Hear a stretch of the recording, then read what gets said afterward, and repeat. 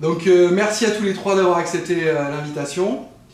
On est aujourd'hui au club de la Motte-Landéron, c'était l'occasion, on est sur un entraînement de speedway d'hiver. Effectivement aujourd'hui je pense qu'on sent bien l'hiver qui est arrivé. Donc pour moi c'est un peu particulier, je suis assez ému de vous avoir tous les trois réunis parce que ça me ramène 30 ans en arrière, quand j'étais un ado et que j'ai découvert ce sport. Et que vous étiez à l'époque mes premiers héros français quand je vous voyais rouler. Et si aujourd'hui, à 45 ans, j'ai franchi le cap, il y a 2 ans, de pratiquer ce sport en amateur, c'est grâce à vous. Ou peut-être à cause de vous, parce que c'est un sport assez dangereux et assez capricieux, donc on ne sait jamais trop sur quel pied danser. Mais en tout cas, je suis super heureux de vous avoir et vraiment très fier. Donc assez parlé de moi, on va commencer directement à rentrer dans le vif du sujet en parlant de vous. Donc si vous voulez bien vous présenter brièvement, c'est-à-dire âge, date, lieu de naissance et un petit peu la profession que vous exercez actuellement. On va commencer dans l'ordre. Christophe Dubernard, 50 ans, né en 1972 à Marmande. Actuellement, je suis technicien réseau chez Veolia à Marmande. Donc moi c'est Berger Philippe, 51 ans, 1971, né à Brive-la-Gaillarde et aujourd'hui j'ai un restaurant Pizzaolo à Saint-Louis-de-Montferrand, Bord-de-Nord. Patrick Goré, né le 4 mars 1972 à Marmande. Je suis aujourd'hui invalide, malheureusement, par rapport à une tumeur sur la moelle épinière. Et je suis président, bien sûr, du motoclub, un peu bénévole à l'année. Voilà, salarié bénévole, on va dire. D'accord. À l'époque, qu'est-ce que faisaient vos parents? C'était juste pour savoir si c'était un petit peu, il y avait un rapport avec la moto ou absolument pas du tout. Profession des parents. Alors moi, il n'y avait aucun lien avec la moto. Mon père était au service des eaux sur le syndicat nord de Marmande. Et ma mère était dans une usine, elle fabriquait des chaussures. D'accord. Philippe? Moi, mon père, je l'ai pratiquement pas connu, il est décédé en étant jeune. D'accord. À une manœuvre, il était dans l'armée. Et ma maman, elle était entretien de locaux au lycée au Val-de-Garonne à Marmande. D'accord. Toi, Patrick? Moi, mes parents, mon père a couru un peu à l'époque, donc bon, il y avait un peu de sang dans les motos, et bon, on allait aux courses traditionnelles, on va dire, qui existaient toujours, Marmande, l'Aréole, Morizès, et puis bon, j'ai toujours aimé ça, donc... Et la profession de tes parents, c'était quoi? Mon père, il était grutier, d'accord, donc jamais même à la maison, hein, toujours en déplacement. Et ma mère était mère à la maison, et puis voilà. D'accord.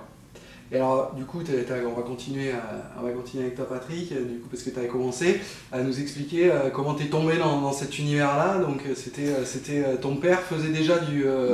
Il en a eu fait, voilà. Alors, moi, je pense que de toute façon, on a tous un peu de sang en quelque chose. Et bon, ce sport est un sport violent. Donc, ce sport-là, c'est tout un rythme. Il y a la moto, bon, aujourd'hui il y a la moto, mais aujourd'hui je fais d'autres sports aussi, je vois d'autres sports, mais c'est des sports à risque en fait. Je pense qu'il faut avoir du sang pour faire ça. Voilà. Quand tu dis qu'il faut avoir du sang, c'est-à-dire, c'est une question de personnalité, il faut aimer le danger? Ouais, c'est ça que tu veux dire, le risque. Dangereux, le risque? Le risque, parce qu'en fait, on n'est pas peureux sur ces motos, mais des fois on est plus peureux sur autre chose. Moi, une moto de speedway, j'aurais pu traverser les murs. Une moto de route, ça me faisait peur. Bon, c'est comme ça. Mais non, il faut être né un peu. Du coup, les premières courses que tu as vécues, tu les as vécues en tant que spectateur?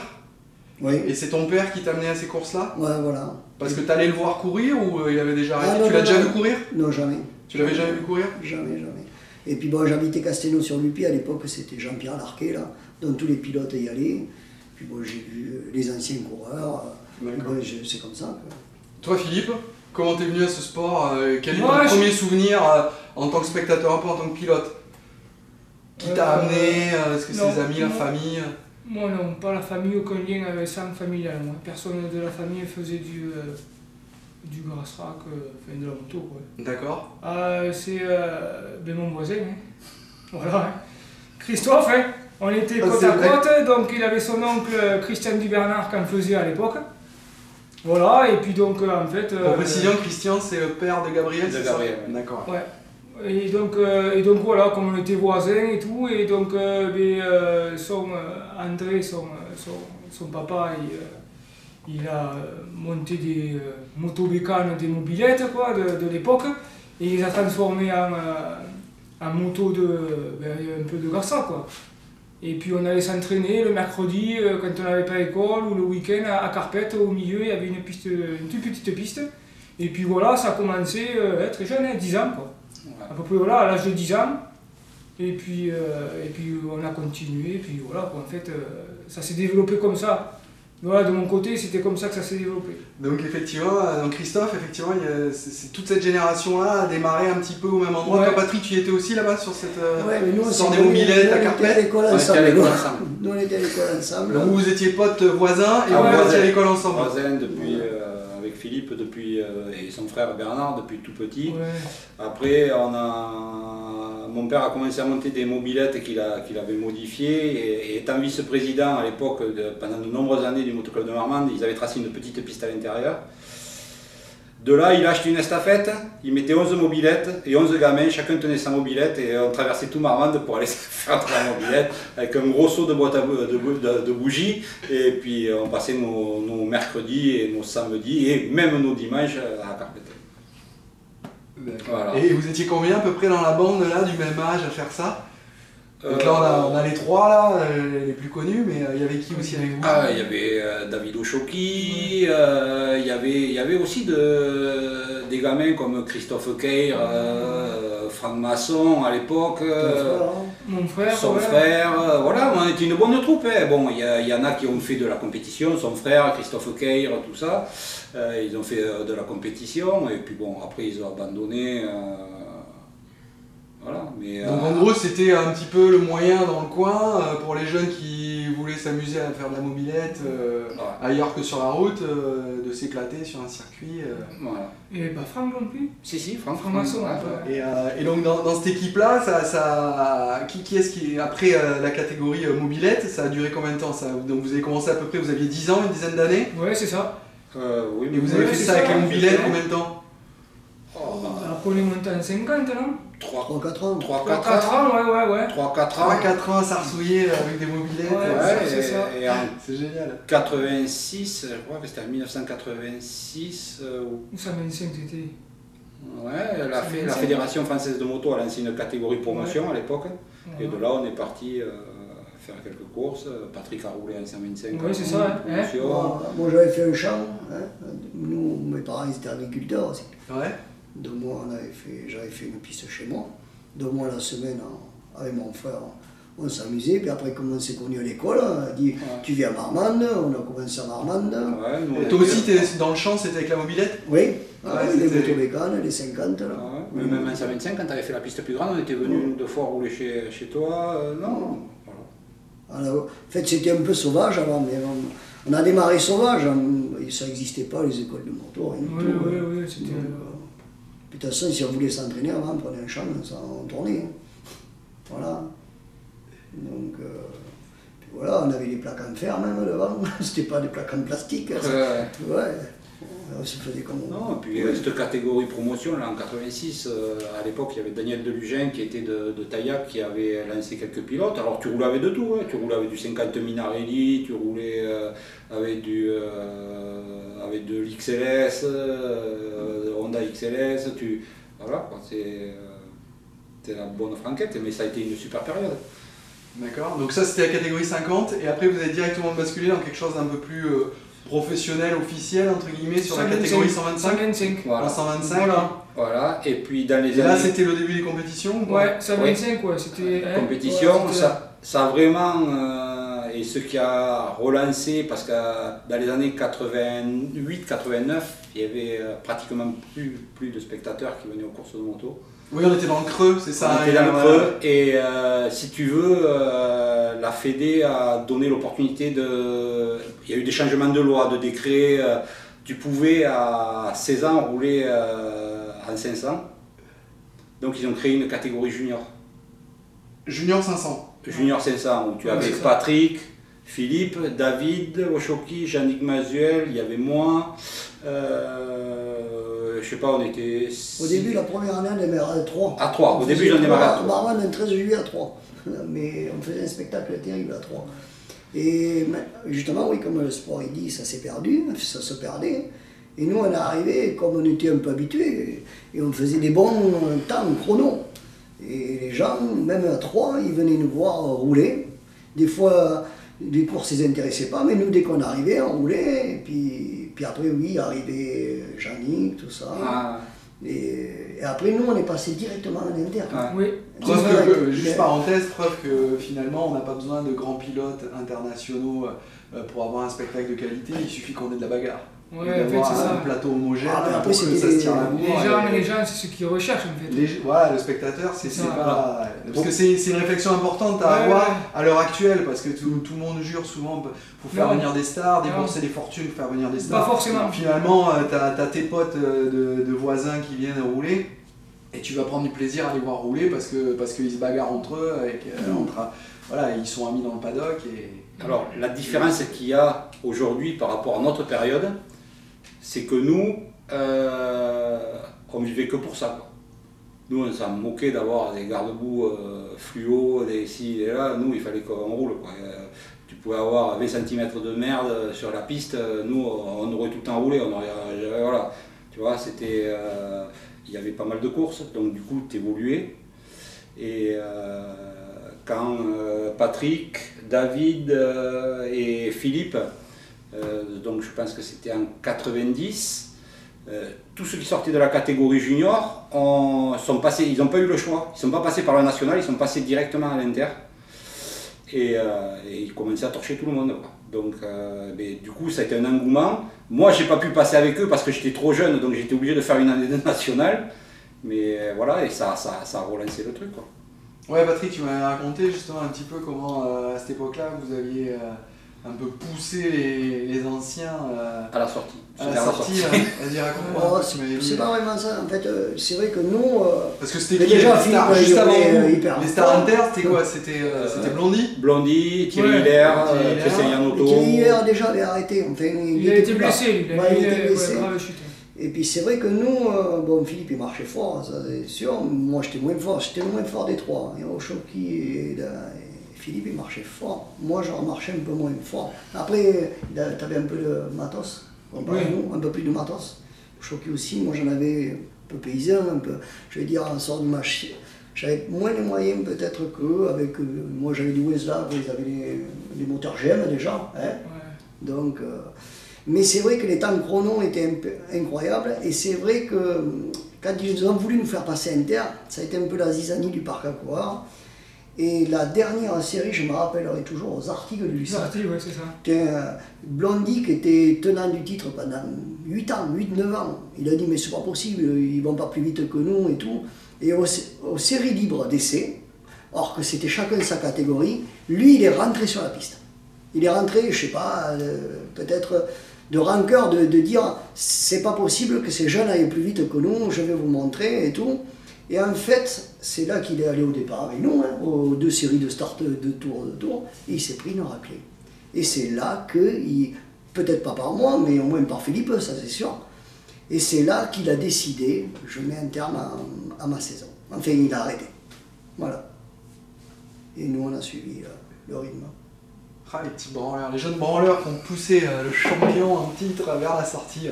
Ben ouais, c'est la loi du sport, c'est la loi de la vie, c'est la loi de la jeunesse. Après nous on aurait aimé parce qu'après on a continué à se battre avec tous les autres. Ouais. Il restait Yanoto, tous ces gars, ils ont tourné avec nous, mais lui, par fierté, il a arrêté. Ouais, lui, c'est vrai que c'est la première course, c'était aux Artigues. Et il y avait je crois qu'il y avait la semaine après, c'était à Morises. Ouais. Et je crois qu'il n'était même pas venu, quoi. Non.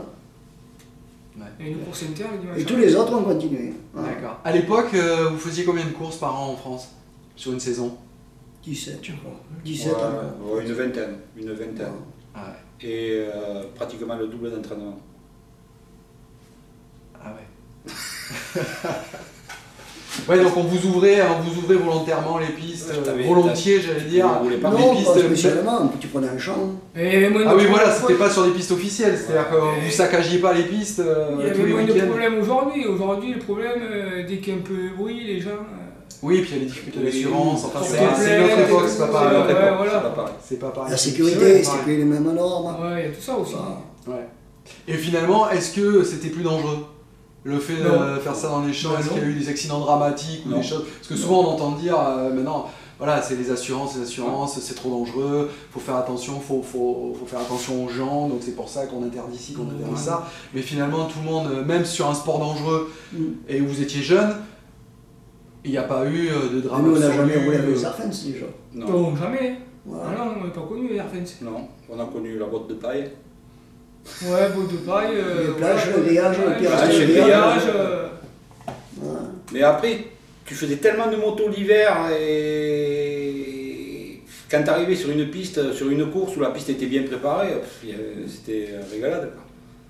Ouais, c'était la récompense finalement de pouvoir rouler sur une vraie piste. Tout à fait, tout à fait. Après, moi personnellement, hein, si j'allais au-dessus de mes moyens, bon, soit je prenais une pelle, hein, ou autrement, on n'allait pas au-dessus. Si on voyait que c'était trop risqué, on faisait gaffe quand même. Malgré tout. Hein. Mais même tu avais des courses à l'époque, Marciac-Lanville, des trucs comme ça, ça secouait quoi, parce qu'il n'y avait pas de fourche à balancier, il n'y avait pas de mono-amortisseur.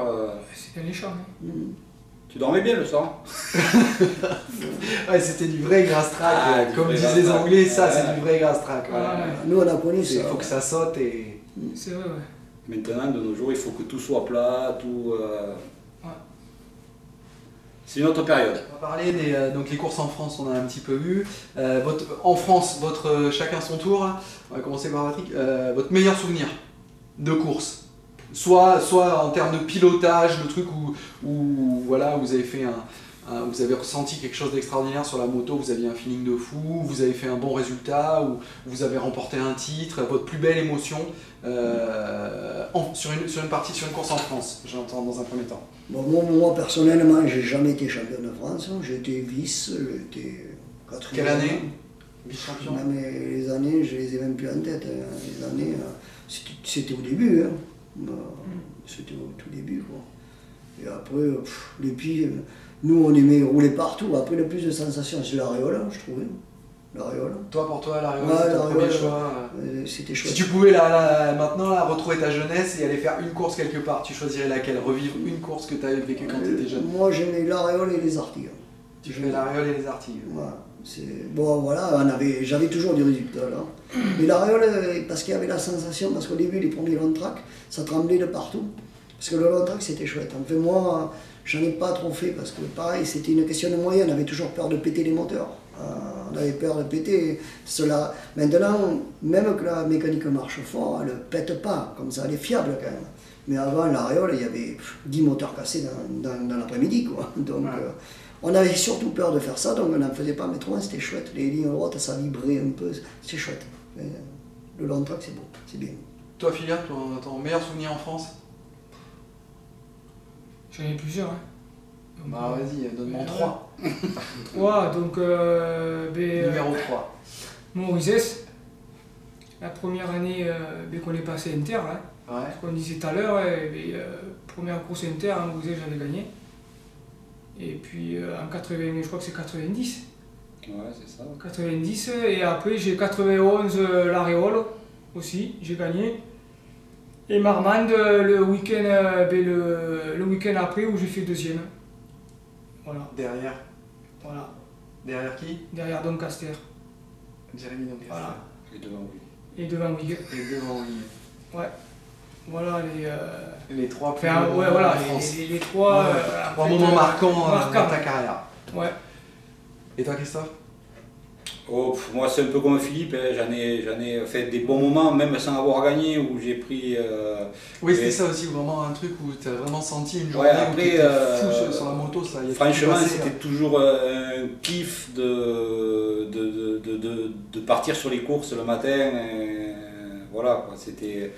En fait, tu tu bossais un peu la semaine, pas quand on était jeune, mais tu bossais, mais il te tardait vite le week-end ou ton vendredi soir pour partir en Allemagne ou ton voilà. Ça on va en parler après, mais souvenir en France. Mais un de mes meilleurs souvenirs en France, c'est pour une demi-finale de championnat du monde des qualifs aux Artigues de Lussac, où j'ai mené toute la finale pendant 3 tours. Je me suis fait doubler dans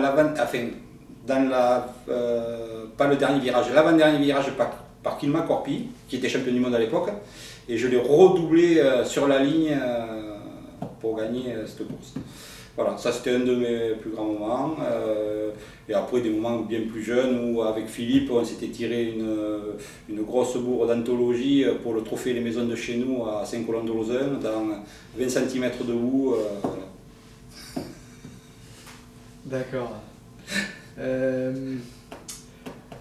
Ensuite, on va parler un petit peu de l'étranger. On va commencer par les anecdotes un petit peu rigolotes. Le lieu où vous êtes allé à l'étranger, le plus improbable. La piste la plus improbable où vous êtes allé vous aventurer à l'étranger. Bon, moi je ne pratiquais pas au début, mais c'est par du bis. Puisque c'est grâce à ça que j'ai fait la motte. Mais t'as roulé là-bas? Non, jamais en plus. Mais pour toi c'était un voyage initiatique, comme t'as découvert un monde. Voilà, et que chaque année je le fais. Bon, tu peux nous raconter pour ceux qui ne connaissent pas Pardubice? Pardubice, je dirais que c'est la capitale du speedway pour moi. Hein. Moi, à mon avis, qui font le casque d'or, ce fameux casque d'or qui a. Alors c'est où, quel pays? République tchèque. Donc voilà, ça fait 42 ans je crois que ça dure. Puis bon, c'est vrai que quand j'ai créé ici, bon, nous on était des pilotes de grass track. Hein. Donc, mais le grass track déjà ça commençait à chuter. Et bon, j'ai dit ma piste que j'avais créée ici était trop petite. Hein. Trop de cailloux, et puis ça m'a porté à la tête et j'ai dit il faut faire ça. Moi je sais, c'était à cette époque, il y a au moins 25 ans. En fait, je pense que j'ai vu l'avenir, que c'était ça. Parce que le speedway, moi personnellement, j'aimais pas trop parce que je ne savais pas pratiquer. J'en ai fait, mais j'étais pas bon, honnêtement, j'étais pas bon. Et puis, c'était pas mon sport, mais là, j'ai vu quelque chose et qu'il fallait sortir de l'ordinaire, et puis j'ai dit, on fait ça. Puis bon, je vois bien qu'aujourd'hui, mais voilà, bon, le grass track reste sur l'Allemagne, l'Angleterre un peu, mais c'est que là, la Hollande. Bon, actuellement, il y a 35 pistes en activité en Allemagne, 10 pistes en Hollande, en grass track, hein, je parle. Spoiler, 3 pistes en Angleterre, pas plus. Et nous, on va en avoir 5 ici, en activité, et encore. Donc ok, Pardubice, où tu n'as pas forcément couru, mais pour toi, c'était un voyage là-bas, jusque là-bas, où tu as eu une révélation. Et, ouais, voilà. Et puis bon, après, tout le monde c'est un peu guidé ta trajectoire après de tout ce que tu as fait là depuis 20 ans, quoi. 30 ans. C'est ça. Et après, moi, personnellement, j'ai beaucoup couru en Allemagne, quand c'était terminé Marmande, au mois de juillet. Ouais. Enfin, toutes les périodes de vacances, on va dire, jusqu'à la rentrée scolaire, on finissait par Niberbip, en Suisse, là, tout le temps, on faisait ça. J'ai fait ça pendant des années, je crois que le plus qu'a couru, c'est Philippe. Et une histoire de voyage, justement, parce que c'était quand même l'aventure à l'époque. Nous, on se rend pas compte, parce que maintenant, on prend le téléphone, on branche le GPS sur le téléphone, et puis c'est parti mon kiki, on va où on veut dans le monde. Mais à votre époque, partir à l'aventure, la carte, le bloc-notes, tu te mettais les mains où tu passais. Ouais, c'est ça. C'était pas la même, donc je sais que dans des voyages comme ça, même en ce moment, quand on part à l'étranger, c'est des aventures. Donc j'imagine qu'à votre époque, tu as une petite anecdote sur comme ça, une destination où t'es. Parce qu'en plus, à l'époque, il y avait encore le mur de Berlin. Moi j'ai couru à Vechta, j'ai fait une course à Vechta, et puis j'avais 18 ans, mon premier camion. L'essieu a pété de retour ici, donc 3 jours sans dormir, revenu avec le train, enfin toute une histoire. On courait le week-end après aux Artigues, le camion a été réparé quand même, un truc de dingue quoi. Rapatrié à Rocroi, le camion rapatrié à Rocroi, pareil par des connaissances, parce qu'il y avait la piste de Rocroi à l'époque. Toi Philippe, alors tu as un souvenir d'un voyage où c'est transformé un peu en cauchemar. Enfin maintenant on peut en rigoler avec le recul, mais où tu dis putain on va jamais arriver à la piste, ou on va jamais rentrer chez nous, tu vois, un truc où le voyage a été... Moi c'est mes débuts quand je suis allé en Pologne. Ouais. Ouais, ça a été dur parce que à l'époque, moi c'était en 91 déjà, j'ai connu la Pologne déjà. C'était le club à Rybnik. Ouais. Et là, ça je vais en parler un peu plus tard. Mais... à cette époque aussi, les routes, mon mécano, déjà j'ai connu le mur de Berlin moi, qui est tombé, on y est passé. Donc là on a eu peur. Après, en rentrant en Pologne, il y avait les chars de la Russie qui étaient encore sur les routes. Des trous, parce qu'avant c'était pas des routes en Pologne. Des trous sur la route au dernier moment, il faut aller piler. Enfin, on a connu quand même des grosses galères à cette période-là en Pologne. Oui, parce qu'en plus à l'époque, j'imagine que passer la frontière, c'était pas la même qu'aujourd'hui. Ah ouais, là c'était galère. Avec du matériel en plus et tout ça. Là c'était dur. Ah oui, à l'époque, c'est pas comme aujourd'hui quoi. Et la Pologne, ça a beaucoup changé. Oui. Donc voilà, c'est les choses. Ouais, c'était des aventures humaines complètement là, folles. c'était content d'y aller, mais peur aussi. Ouais. Parce que, et puis comme ça, à l'époque, voilà quoi. C'est pas facile. Et toi, Christophe? Alors, petite aventure? Ma plus grosse aventure, ça a été en 1990, pour ma première nomination en championnat du monde junior, en qualif de championnat du monde junior. J'ai été nommé pour Targovishte, en Bulgarie. Donc 50 heures de camion aller, 50 heures de camion retour, avec un C35 4 vitesses. Comme c'était pas des pays de l'Europe à l'époque, avec un carnet ATA, donc il fallait passer par le transit à chaque poste de douane, qui contrôlait le matériel que tu avais dans le fourgon, il te tamponnait ton carnet ATA.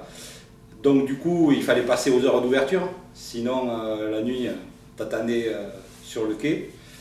Voilà. Ça a été un des plus gros voyages, et sur la même saison, en fin de saison, j'ai été invité par Moto Solidarité roumaine à aller faire le trophée des pétroles à Braila et à Ianca en Roumanie. Et toujours du convoi, c'est 35 4 vitesses, on est reparti là-bas pour finir la saison. Il fallait une grosse motivation. Voilà, et avec un gros souci qu'on a eu au premier voyage en Bulgarie, c'est que quand on est arrivé là-bas, avec nos cartes européennes, on est arrivé qu'avec des panneaux écrits en cyrillique. Et du coup, on a été sur le bord de la route, obligé de changer avec un routier contre des paquets de café, une carte du pays, et déchiffrer les formes pour pouvoir se rendre jusqu'à la course. Ah oui. Voilà. La chasse au trésor. La chasse au trésor. La chasse au trésor. D'accord. Et un petit souvenir, alors, sur un petit commentaire sur les courses à l'étranger. Quelle est la piste que vous préférez à l'étranger, que vous avez roulé, que vous avez préféré? Où tu t'es dit, putain, ça c'est une piste, l'organisation, c'est le matériel pour l'entretenir, tu t'es dit, waouh, là c'est la classe quoi. Mulhdorf. En Grâce, Mulhdorf. Ouais, Mulhdorf. Après le Grastrack, il n'y a pas vraiment de matériel. Après Bergopten, en Grastrack, c'est pas mal. Ouais. Toi Philippe? Moi j'en ai plusieurs. Vas-y, peut-être sur plusieurs. Farkirchen. Farkirchen, ouais. J'ai Ersheim. Ersheim, ouais. À l'époque. Et Schessel. Schessel, ouais. Ouais. Moi le long, j'aimais beaucoup le long. T'aimais beaucoup le long track? Ouais. D'accord. Et toi Christophe? Moi, en long track, c'était Ersheim, ça c'est sûr. Et en Grâce, Bergopten. Vos adversaires étrangers, parce que vous étiez les trois là, champions français, mais à l'époque c'était dur de rivaliser quand même avec les étrangers quand les mecs qui débarquaient, que ce soit ici ou là-bas. C'était quand même, il n'y avait pas une domination comme on peut voir. Vous avez été les précurseurs, vous avez ouvert la voie à une nouvelle génération qui maintenant, on a des champions, mais à l'époque on n'avait pas de champions français, on avait des bons pilotes qui défendaient nos couleurs et qui se battaient. Mais est-ce que vous aviez l'impression de vous battre à armes égales, par exemple, en termes de matériel? Je pense qu'on était un ton un peu en dessous en matériel, parce qu'ils étaient plus forts que nous. Enfin, c'était dur, c'était très dur. Un exemple à Marmande, des fois quand on a marqué 4 points, on était heureux, quoi. On a dit voilà, que Après, non, toutes les courses internationales moyennes, hein, parce que les grosses courses, il n'y en avait pas tant que ça. Un long track, c'était des grosses courses. Et après, en Allemagne, c'était des fois des petites courses. Moi, j'ai fait le Faisan d'Or, qu'on appelle le Faisan d'Or, qu'on croyait que c'était une course très importante. Mais c'était des pilotes plus ou moins moyens. Il n'y avait pas vraiment les finalistes mondiaux, mais bon. Mais c'était dur, c'était tout le temps dur. Voilà, donc. Voilà. Après, on avait des idoles, malgré tout, on roulait avec nos idoles. Hein. Wig, tout ça, on était heureux quand on roulait avec eux, rien que de rouler avec eux, on savait qu'on n'allait pas les battre. Hein. Mais autrement, si on faisait, ça nous aidait. Moi, la première course que j'ai fait en Allemagne, je prenais une ligne droite, j'ai dit, mais jamais. C'est. Puis bon, c'est vrai qu'à la fin, quand on trouvait un bon pilote, parce qu'il n'y a pas eu que lui, on avait des quantités, Scofield, etc. Des mecs, des fois, on faisait un tour de main, on était heureux, quoi. Donc, voilà, on se battait comme ça. Mais on se battait, on lâchait jamais rien. Après, Philippe, il a quand même gagné. Moi, j'avais du mal quand même à les gagner. Je faisais dans les 8 premiers, moi, généralement, dans les 8 premiers, j'y arrivais. Mais pour me classer mieux que ça, c'était dur. Toi, Philippe? Alors. La rivalité avec les étrangers, que ce soit en France ou là-bas, est-ce que tu ressentais la supériorité, même au niveau technique? Est-ce que vous aviez l'impression qu'ils avaient plus roulé que vous, par exemple? Ils avaient fait plus d'heures de roulage? La différence. C'était quoi la différence? La différence, c'est qu'ils n'avaient pas. Les heures de voyage? Moi, je trouve qu'on avait la capacité comme eux, en fait. En fait, c'est qu'à l'époque, eux, déjà, ils couraient beaucoup plus que nous. Déjà. Parce qu'eux, ils avaient le speedway, déjà. Ils roulaient 2 à 3 fois par semaine. Et le dimanche, ils faisaient du grass. Déjà, ils roulaient plus que nous. Nous, on faisait quoi? On faisait que le dimanche. Ouais, tu parles. Donc, ils avaient plus de pratique que nous. Même les pilotes allemands, ils roulaient en speed? Oui, ils roulaient en speed. Il y avait la Ligue allemande. Hein. Ouais. Et donc, moi, je trouve qu'on avait. Non, c'est qu'en fait, ils avaient plus de. Plus d'heures de roulage, quoi. Voilà, plus d'heures de roulage. Donc, automatiquement, ils ont plus les réactions plus fréquentes que nous. Quoi. Ouais, plus de réflexes, plus voilà, plus de fluidité. moi je trouve que par rapport à eux, qu'eux ils couraient plus que nous, je trouve que, en fait, non, moi je trouve qu'on était, de ma part, je trouve qu'on était, j'étais quand même pas ridicule par rapport à eux. Hein. Ah, mais Parce que moi, les étrangers, j'ai jamais eu peur. Moi, j'ai jamais eu peur. Même que ça soit, comme Patrick disait, nos idoles, Wig, voilà quoi. Ouais. Moi j'avais pas de préférence en fait. Ouais. D'accord. Je les prenais comme ça venait. Mais comme nous quoi en fait. Ouais. Ils sont comme nous quoi. Ouais, des êtres humains sur la moto et puis. Voilà, on avait des chances comme eux. Ouais. C'est tout quoi. C'était quand même un peu compliqué quand tu faisais du long track ou des choses comme ça, parce qu'à l'époque, il faut savoir que c'était une finale unique. Tu avais quart de finale, demi-finale et une finale. Oui, championnat du monde de long track qui n'était pas. Voilà. Et à l'époque, les pilotes qui faisaient le championnat du monde de long track ne pouvaient pas faire le championnat d'Europe de fast track. D'accord. Voilà. Donc, l'un ou l'autre. À savoir qu'en début de saison en Allemagne, sur les 3 premiers mois, tu n'as presque que du long track. Voilà. Et après, ils basculaient vers le grass track le reste de la saison.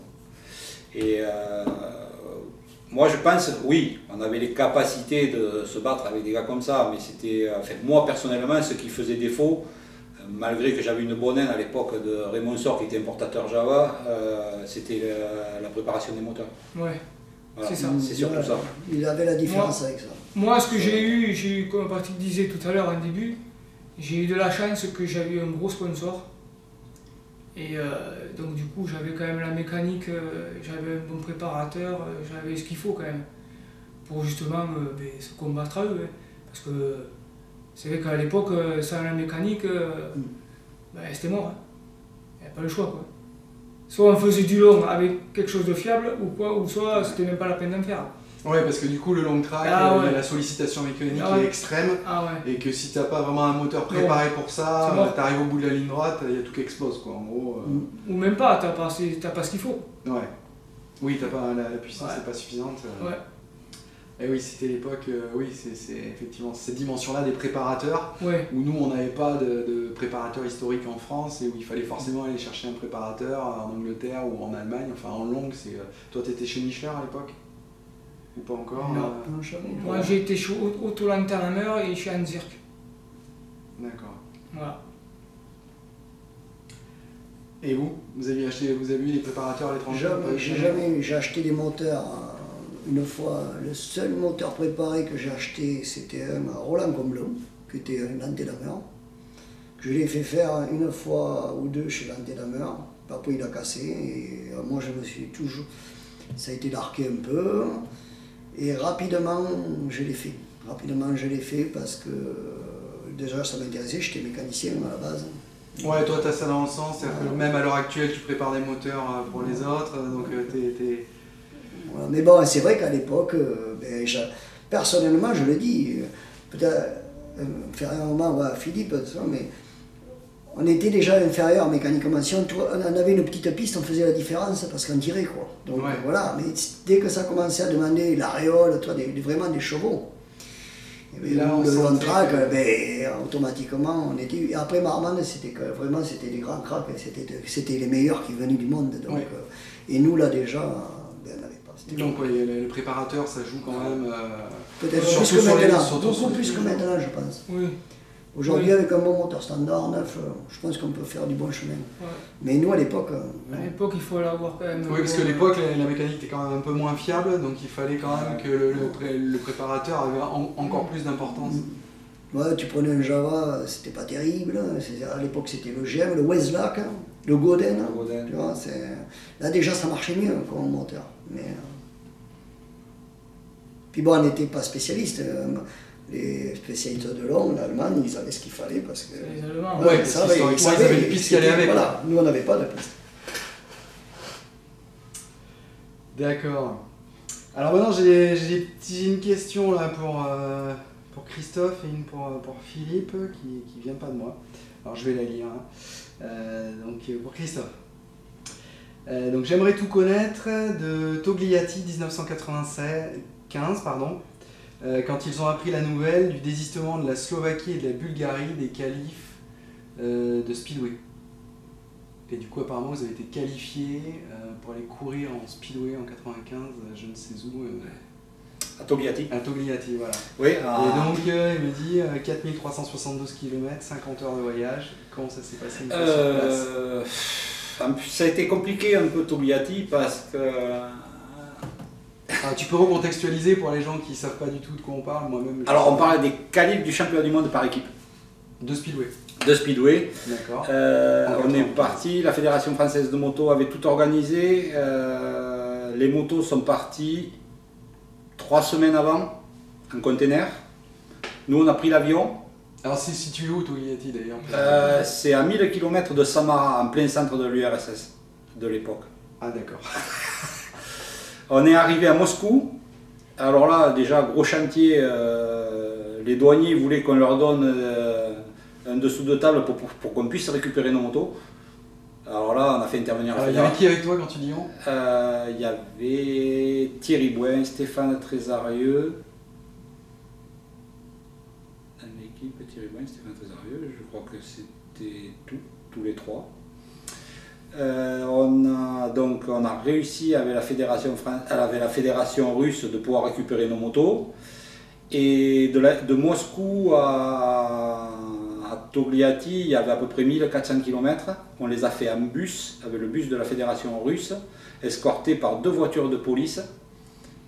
Parce que c'était à l'époque où François Mitterrand avait mal parlé sur le président russe et on s'est fait huer arrivé à la course, mais quelque chose de phénoménal. On avait 2 gardes du corps constamment, ils sont venus nous chercher à l'hôtel avec un bus, tout avec des rideaux fermés pour pas savoir que c'était des Français. Enfin, ça a été. Voilà. Voilà. Bon, on est rentré quand même, sauf que les motos on les a récupérées 2 mois après. Ah la vache. Et alors, et le roulage, c'était une première expérience énorme? Compliqué. Ouais, j'imagine. Compliqué. Joli stade, hein, qui maintenant a été refait complètement à neuf, mais voilà. Quand tu es si loin de chez toi et que tu roules contre des Russes, des Ukrainiens, qui eux, ils s'en moquent. Voilà, si tu regardes des vidéos de speedway russe, c'est un peu des barbares. Ouais, ça passe sous sa casse, c'est ça que tu veux dire. Ouais, surtout à l'époque, quand Ouais. tu avais des Igor Marco, des Rif Seigarev, que tu avais Kuguroskin, tout ça, voilà, Hiroshine, c'était des barbares. Des barbares. D'accord. Et toi, tu y es, Philippe, tu t'es qualifié l'année d'après, Ouais, en 96, c'est ça. pour aller là-bas. Ouais, c'était la demi-finale champion du monde de Speedway pour faire la finale. C'était continental. Finale continentale. Continental, ouais, c'est ça. Ouais. Et alors le voyage, toi, là-bas?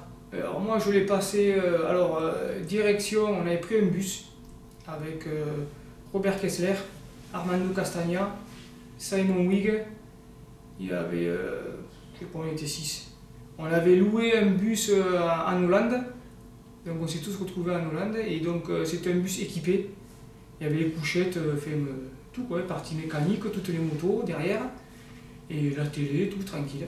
Et donc on est parti une semaine à l'aller, une semaine au retour. Pour un jour de course. Quel bordel, quoi. Et là pareil, arrivé en Pologne jusqu'à la piste, et bien on était escorté devant derrière par la police. On ne s'arrêtait pas dans les feux rouges. Ah oui, d'accord. Ouais, non-stop. Convoi diplomatique. Voilà. Et ouais, donc ça s'est bien passé. Ouais, la course nickel. Donc ouais, c'était une bonne expérience, ça aussi. Ouais, c'est des sacrées aventures à l'époque, j'imagine que... Ouais. C'est long. On est loin de Marmande, là. Ouais. On est très loin de Marmande, là. Ah c'est- ouais. Ah ouais, là, t'es loin. Bon, après, ça te faisait moins d'œil que maintenant de te déplacer, parce qu'à l'époque, le gazole était à 3,50 francs. Ouais. Là, aujourd'hui, ça fait mal. Alors une dernière question pour Philippe du coup. Alors comment tu es arrivé à avoir un contrat en Pologne alors que tu n'étais pas pro en Angleterre, vu qu'en général c'est quand même le chemin inverse, tu vas d'abord en Angleterre, tu fais des bons résultats en Angleterre et du coup on te propose quelque chose pour la Pologne. Comment t'es arrivé là-bas à courir pour Ibnik et comment ça s'est passé t'as fait combien de temps et comment ça s'est passé?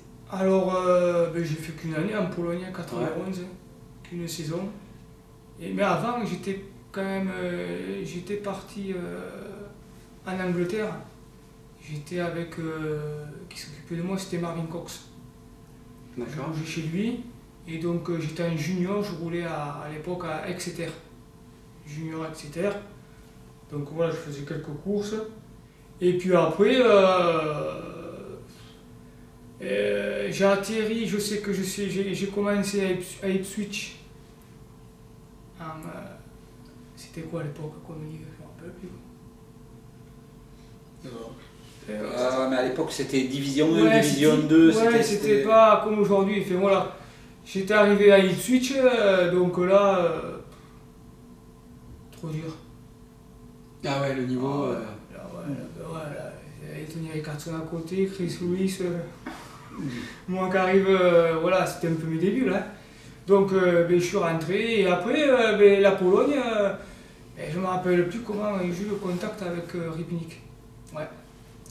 Là, je n'ai pas de souvenir comment je suis allé en Pologne, ouais.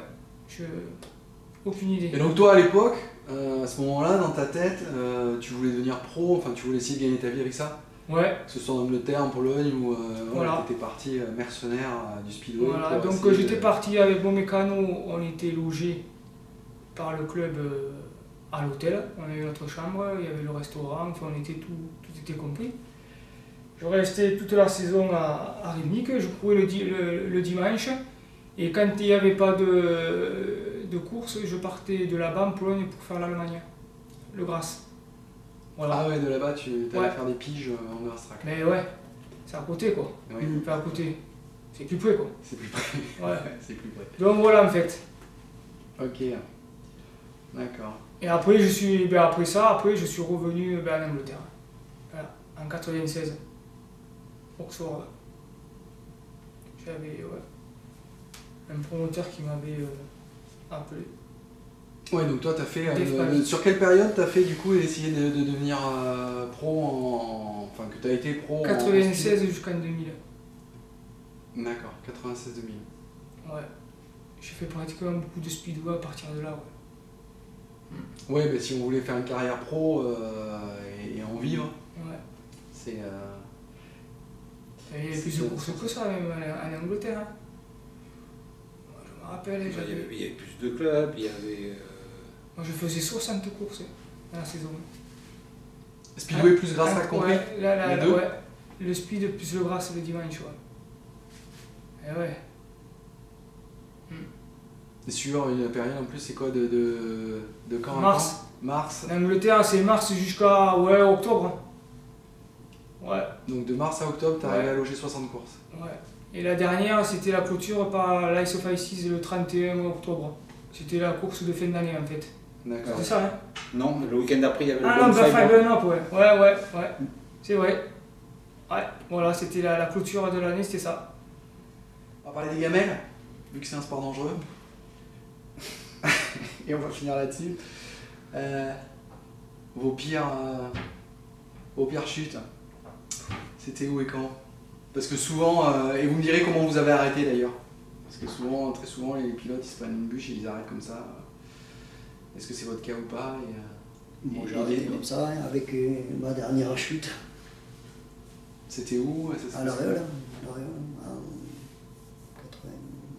90, 1990. C'est Non, tout que non, ça, t'as mais commencé à plus C'était tard. presque en 2000, hein, 98 ou 99, non? Oui, c'est 99. 99. Ouais, 99, tu vois. Si c'est ça, Ah, c'est 99. vrai que j'ai ouais. arrêté. Bon, les gamelles, j'en ai pris. J'ai eu des jambes cassées. Bah, les sags, t'en souviens de Bon, celle-là? après, j'en ai pris partout. T'as laissé des morceaux un peu Non, partout. mais après, c'est la dernière. C'est vrai que ça a été la plus dangereuse. Quoi. Vraiment, la jambe fracturée, broyée. Et donc, du coup, j'avais un problème d'artère. Puis ça a duré trop longtemps. J'aurais pu remonter, mais ça a été, j'étais mal opéré.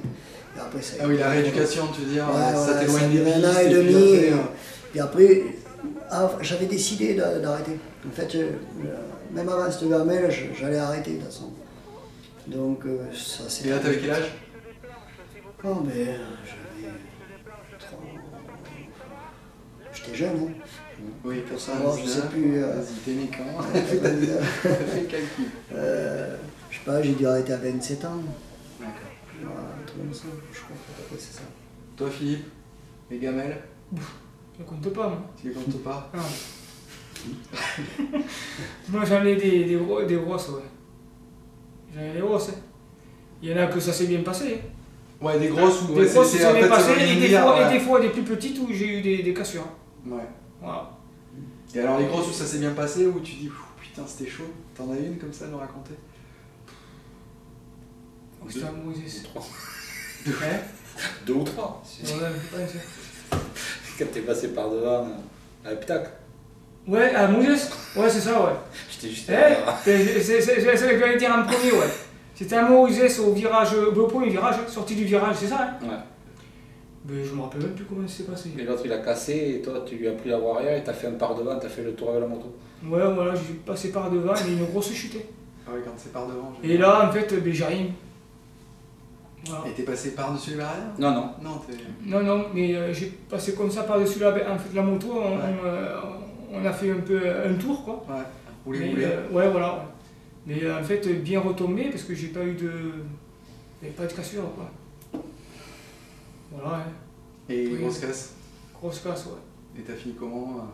Mais Marmande, c'était en 90, avec Roland Comblon. Départ point et virage, j'ai ma jambe droite qui est passée dans la roue avant, dans les rayons. Dans tes rayons ou dans ces rayons? Dans ces rayons, Ah ouais. ouais. Ah ouais, en plus c'était le début, t'étais jeune, hein, tu commençais 90, c'était. Ouais. Et ça t'a pas refroidi? Mais non. Non. C'est Non. ça me gêne. Parce que en fait, j'étais arrivé le 13 juillet. Et je crois que le 29 août, il y avait la finale du championnat de France à Moïse. J'étais remonté avec les béquilles sur la moto. Ouais. Ouais, avec une boîte de crosse, quoi. Je me rappelle. Ouais. Donc voilà, quoi. Ouais.